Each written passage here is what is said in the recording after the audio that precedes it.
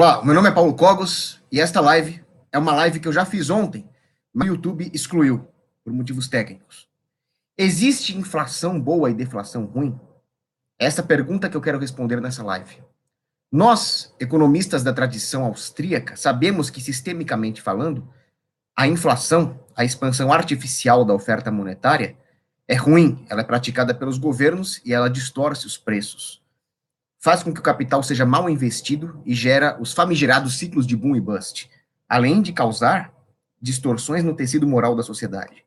Sabemos ainda que a deflação decorrente do aumento da produtividade e da tecnologia de uma sociedade, essa deflação saudável e paulatina, é excelente para a economia.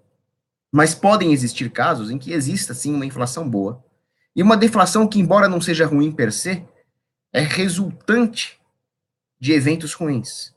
Seria melhor se ela não acontecesse, porque seria melhor se esses eventos ruins não acontecessem. Para analisar essas situações, é preciso entender antes alguns conceitos de economia, de praxeologia, inclusive. O primeiro, fazer uma distinção entre raridade e valor. Não é porque algo é raro que ele é valioso. Imaginem, por exemplo, uma gigantesca bola de esterco roxa no formato de um elefante. É algo muito raro de se ver, mas não é valioso, porque não existe nenhum lastro no valor que as pessoas atribuem a essa coisa, nenhum lastro no valor subjetivo. A raridade só empresta valor à coisa quando ela está relacionada a um valor subjetivo que os agentes atribuem. Então, imaginem que exista um bem ou serviço na economia que seja raro. Ele será alocado para as pessoas que mais valorizam efetivamente, ou seja, que têm condições de pagar por esse bem. Alocado para as finalidades mais urgentes, segundo os critérios desses mesmos agentes. Assim sendo, para esse bem raro, a próxima unidade desse bem será alocada para uma finalidade à qual é atribuída muito valor, por isso que ela será valiosa no mercado. A decrescente, à medida que a abundância deste bem aumenta. Tendo dito isso, é preciso analisar a peculiaridade dos bens de uso monetário, as commodities monetárias. No caso delas, a raridade tem mais um efeito relevante na análise do valor dela. Afinal, quando uma commodity monetária é rara, ela apresenta uma baixa expectativa inflacionária. E isto é muito útil para a moeda, porque as pessoas querem que ela atue como uma reserva de valor. Portanto, é útil que ela tenha uma baixa expectativa inflacionária, e o ideal, inclusive, é que ela tenha uma expectativa deflacionária. É por isso que o Bitcoin, que tem as suas falhas, é valioso, porque ele é limitado a 21 milhões de unidades, por motivos técnicos. Ele não passa disso. Então, uma vez que se atinge essas 21 milhões de unidades, a expectativa é que ela comece a deflacionar. Isso é muito bom para uma moeda. Afinal, o que as pessoas querem numa sociedade?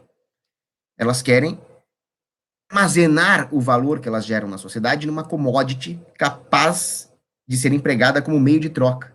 Isso é uma moeda.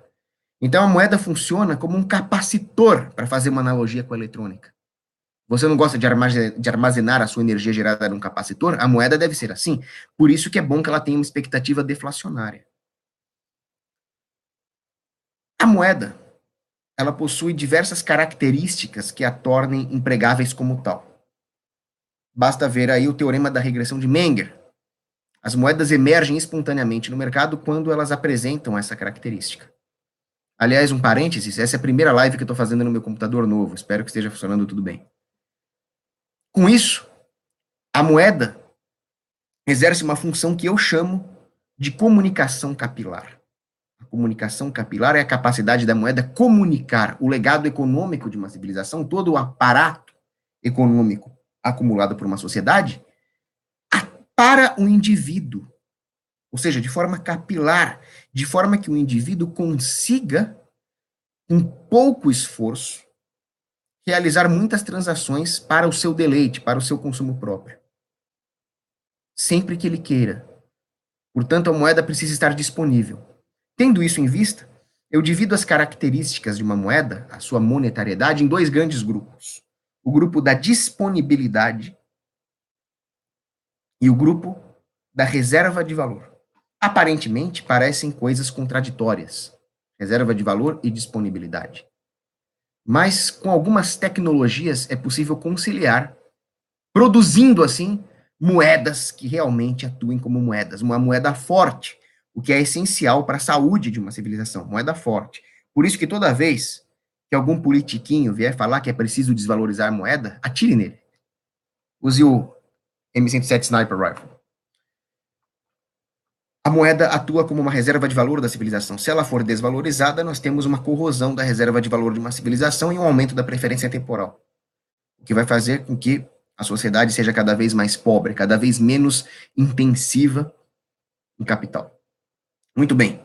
Quais são as tecnologias que permitem conciliar a reserva de valor de uma moeda com a sua disponibilidade na sociedade? A disponibilidade é importante porque imagine a seguinte situação. Nós empregamos uma moeda tão rara que hoje ela só está circulando numa cidade lá na Índia. Como é que eu vou fazer para comprar pão amanhã? Não dá. É preciso que haja uma disponibilidade para que as transações possam acontecer.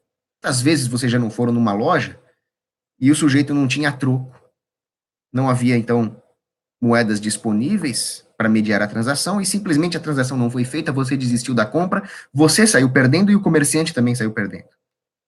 Por isso que a disponibilidade é importante. Essas tecnologias podem ser divididas, por sua vez, em 3 grupos. A tecnologia moral. Isso é muito importante.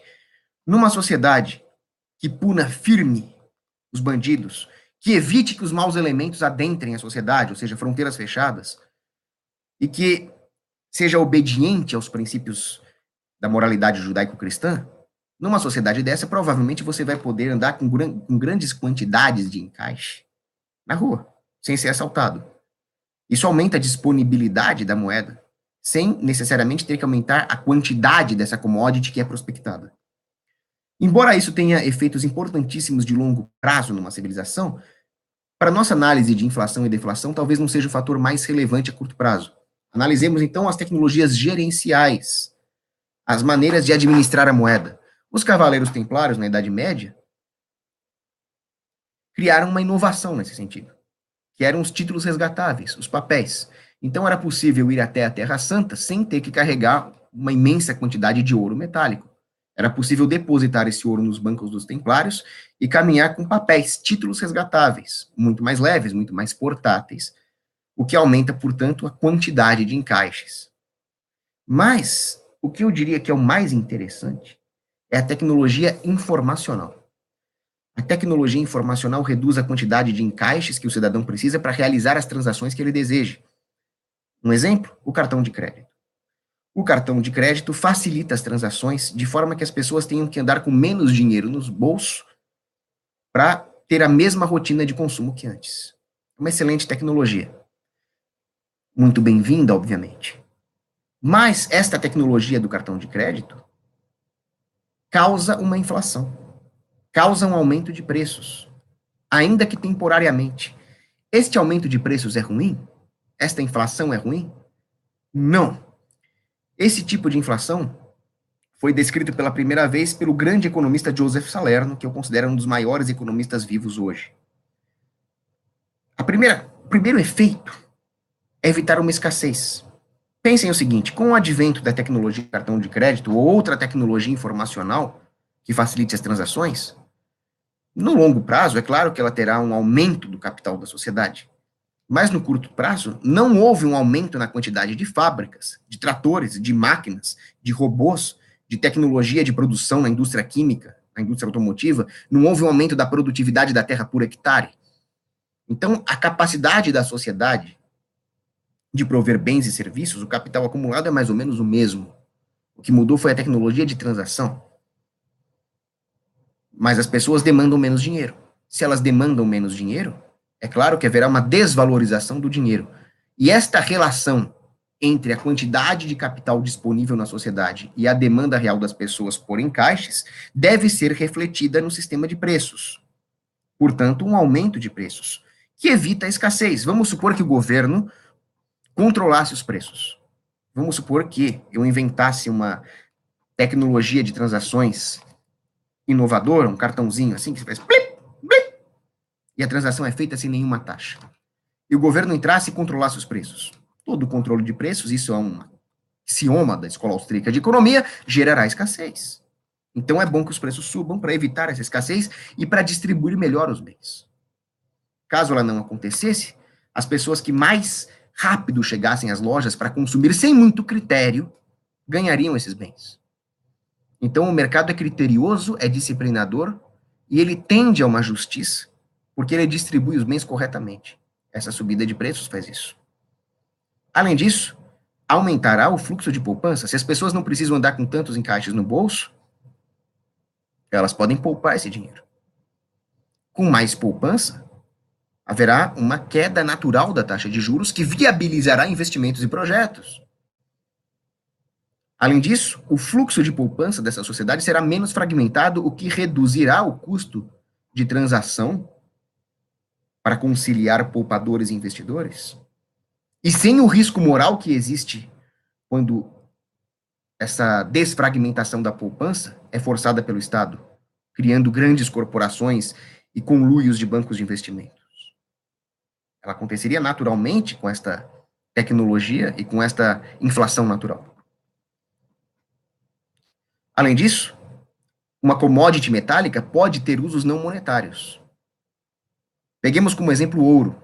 O ouro pode ser usado como moeda, mas ele também pode ser usado na indústria eletrônica, na odontologia, em joias, ornamentos, banhos metálicos. Para evitar que esse ouro de uso não monetário seja canalizado para uso monetário justamente quando as pessoas estão demandando menos dinheiro, é interessante que os preços subam.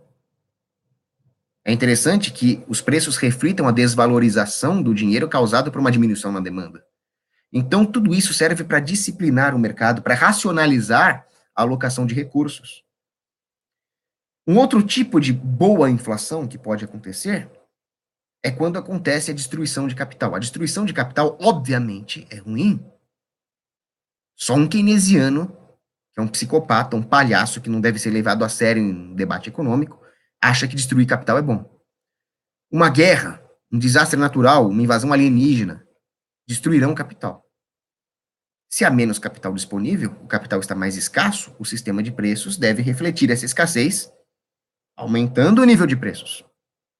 É por isso que aqueles que dizem que o capitalista malvadão que aumenta os preços durante uma enchente, durante o furacão Katrina, está explorando o povo, esse cara é um falso humanitário.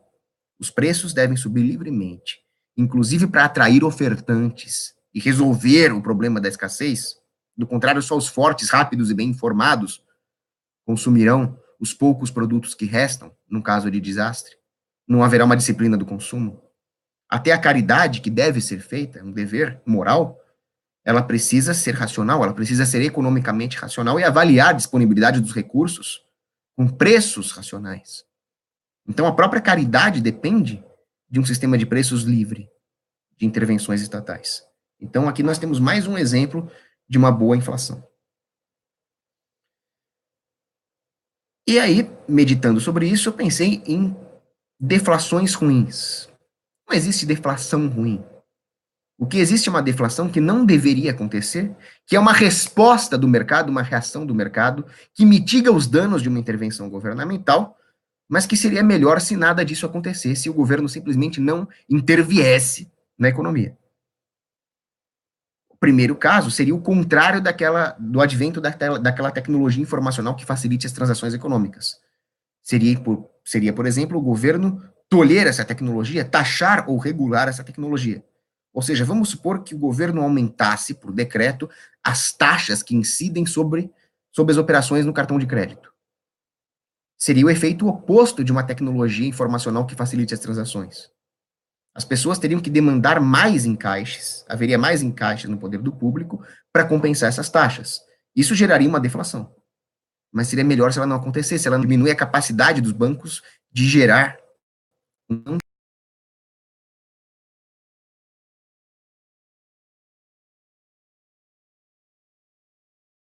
que é uma fraude, é permitido pelo governo, é uma distorção ética resultante da estatização da justiça. Eu não entendo como é que existe gente com mestrado em escola austríaca de economia que defende reserva fracionária. Realmente uma coisa difícil de entender. Mas é aquilo que São José Maria Escrivá chama de o bom contraditório. As situações onde o governo intervém na economia, ou a própria existência do governo, no final das contas, cria esse tipo de situação onde existem trade-offs, onde aquilo que deveria ser bom tem efeitos colaterais ruins e vice-versa. É o pior tipo de mal que existe, mas é um mal decorrente da intervenção do Estado. E existe um outro tipo 2 eu chamaria, desta deflação que seria melhor se não ocorresse, que é quando o governo controla os juros.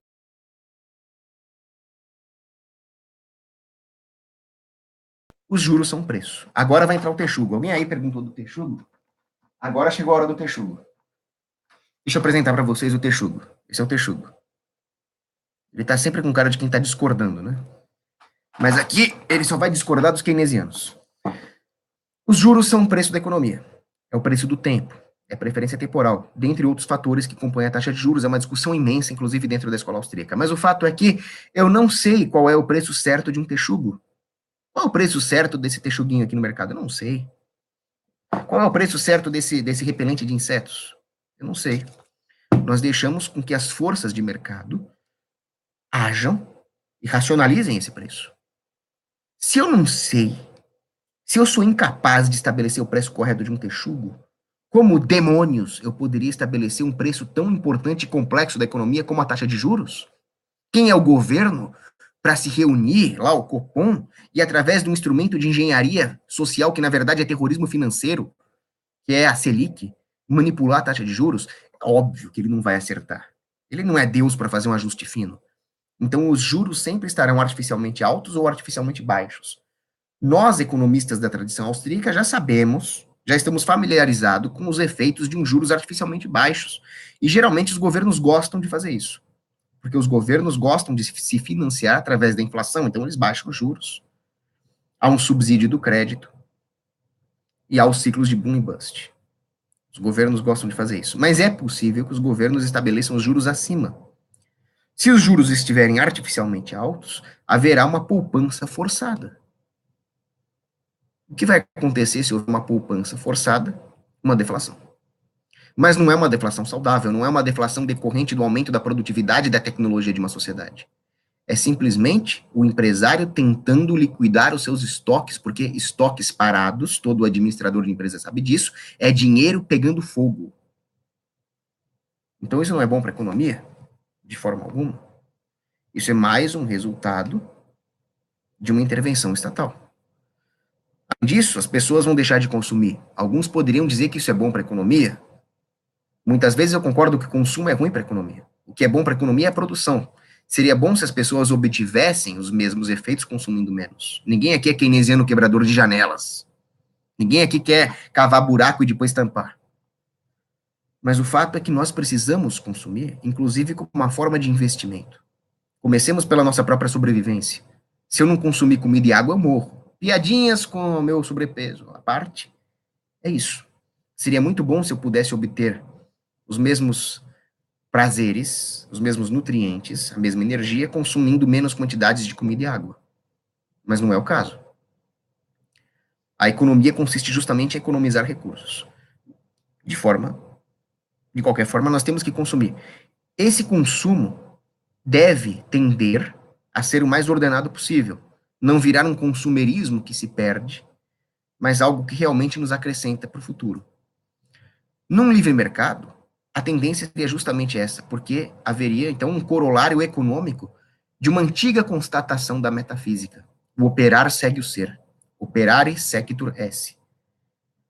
As pessoas, num livre mercado, colhendo livremente os frutos do seu mérito, aferindo os seus erros, tenderiam a mudar os hábitos de consumo para um consumo ordenado que lhes acrescente alguma coisa. Exemplo muito simples, elas tenderiam a consumir um bom livro e não uma novela, um Big Brother. Mas elas precisam consumir alguma coisa. Com a poupança forçada, esse tipo de consumo diminui. As pessoas tendem a voltar mais para uma subsistência do que para uma elevação. Então, esse seria um grande dano social, moral, de um controle artificial da taxa de juros para cima. Alguns poderiam argumentar, mas se o governo, ao elevar a taxa de juros para níveis artificialmente altos, força uma poupança, isso não facilitaria os investimentos porque haveria mais poupança? Não. É preciso ver quem veio primeiro, o ovo ou a galinha. Se os juros estão artificialmente altos e foi isso que causou um aumento da poupança, É isso que vai determinar se os investimentos vão ficar mais fáceis ou mais difíceis. Se os juros artificiais vieram primeiro, então os investimentos vão ficar mais difíceis. O aumento da poupança é uma resposta do mercado. Então, a ordem das coisas, a causalidade no tempo é relevante. Entenderam, senhores keynesianos, mainstream, neoclássicos e ortodoxos? Vocês jogam fora o fator tempo e ele é importantíssimo na economia. Por isso que só a praxeologia pode ser considerada relevante para uma análise econômica. A economia matemática, que quer definir, por exemplo, qual é a quantidade ótima de moeda numa economia, não presta. Isso é charlatanismo do seu professorzinho mainstream da sua faculdade. É muito importante que nós tenhamos isso em mente. Outra coisa interessante, esse é um apêndice que eu quero fazer no meu vídeo, é a respeito de como o livre mercado é divino. Hoje nós sabemos que o ouro é raro, através das ciências geológicas, que nos dizem que o ouro não é comumente encontrado na crosta terrestre. Nós, portanto, no livre mercado, usaríamos muito ouro. Aí surgem aquelas objeções fantásticas contra o anarcocapitalismo, né? Se a sociedade usasse uma determinada moeda, e se por acaso essa moeda desintegrasse, ou se surgisse um governo e o governo confiscasse essa moeda, ou seja, a disponibilidade física, a quantidade de átomos dessa commodity que circulam numa economia, sofresse um choque de oferta para baixo, o que aconteceria? É simples. Haveria um grande incentivo para prospectar mais dessa commodity.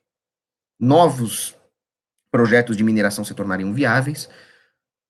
Haveria um fluxo do uso não monetário dessa commodity para o uso monetário.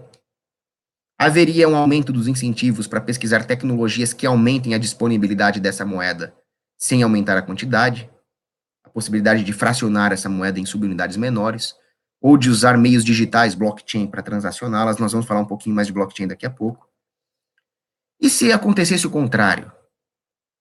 Alguém descobrisse um gigantesco veio desse minério, ou se caísse um meteoro feito dessa commodity na Terra, o que aconteceria? A mesma coisa. Haveria incentivos para pesquisar tecnologias de extração de minérios mais raros e mais valiosos. Haveria um fluxo do uso monetário dessa commodity para usos não monetários.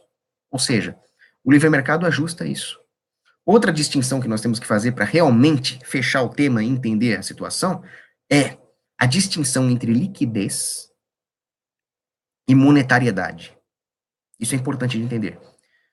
Tomemos como exemplo um minério como a alexandrita. A alexandrita é muito rara e muito valiosa. É claro que ela tem liquidez. Se eu chegar com um pedaço de alexandrita na padaria, o dono da padaria teria que ser muito burro para não querer me dar pão e leite em troca de alexandrita. Isso significa que a alexandrita é uma moeda? Isso significa que ela vai virar dinheiro? Não, porque ela não tem aquele fator que eu expliquei, que é a disponibilidade. Ela não teria a capacidade de comunicação capilar da quantidade de capital acumulado por uma economia para um indivíduo que deseja realizar uma transação no tempo e no espaço que ele queira. A alexandrita não é capaz disso. O preço delas no mercado é extremamente volátil, então as empresas não podem fazer previsões, cálculos contábeis com base na cotação da alexandrita. Então é preciso que haja commodities com todo o rol de características que emprestem a monetariedade, que é reserva de valor e disponibilidade. As tecnologias permitem conciliar as coisas. Aí surge a pergunta das criptomoedas. O que você acha do Bitcoin? O que você acha do Nano? Eu não sou um especialista em criptomoedas, mas eu sou um saudosista da Idade Média, eu sou um entusiasta da Idade Média.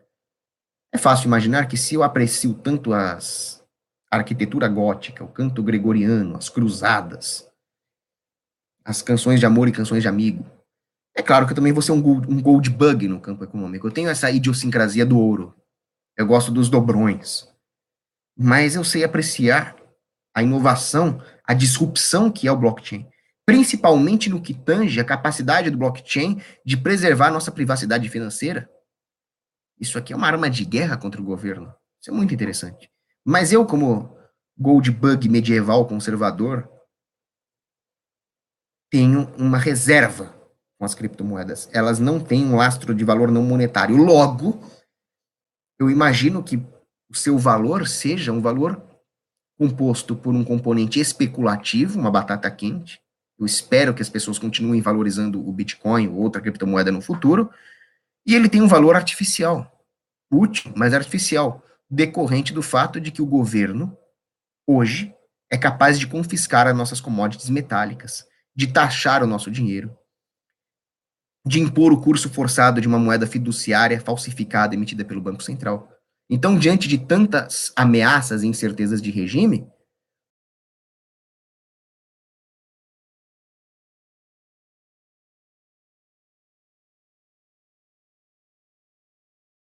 eu diria que pela própria lei de Gresham, o ouro emergeria como a moeda dominante. As commodities metálicas, que são a moeda por excelência. O ouro tem os seus problemas também. Ele pode ser roubado, é difícil transacioná-lo fisicamente. Então, eu diria que haveria uma combinação do ouro com essas tecnologias de criptomoedas, de blockchain, para transacioná-los.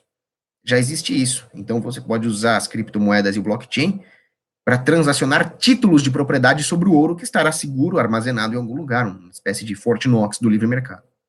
Essas são as considerações que eu tenho para fazer, então, sobre a inflação boa e a deflação ruim. A conclusão do vídeo é: existe sim inflação boa, e a deflação, embora ela não seja per se ruim, ela não seria desejável, já que ela é uma reação a uma intervenção do governo. No final das contas, qual é a regra da thumb rule? Se algo é uma reação espontânea do mercado, ela tende a ser boa. Se é uma intervenção do Estado, uma política pública, uma política econômica, é ruim. É muito simples. Eu não sei como alguém pode defender socialismo, keynesianismo, engenharia social. Basta estudar economia e ter um pingo de caráter que você rejeita essas doutrinas vermelhas heréticas. É isso. Um abraço.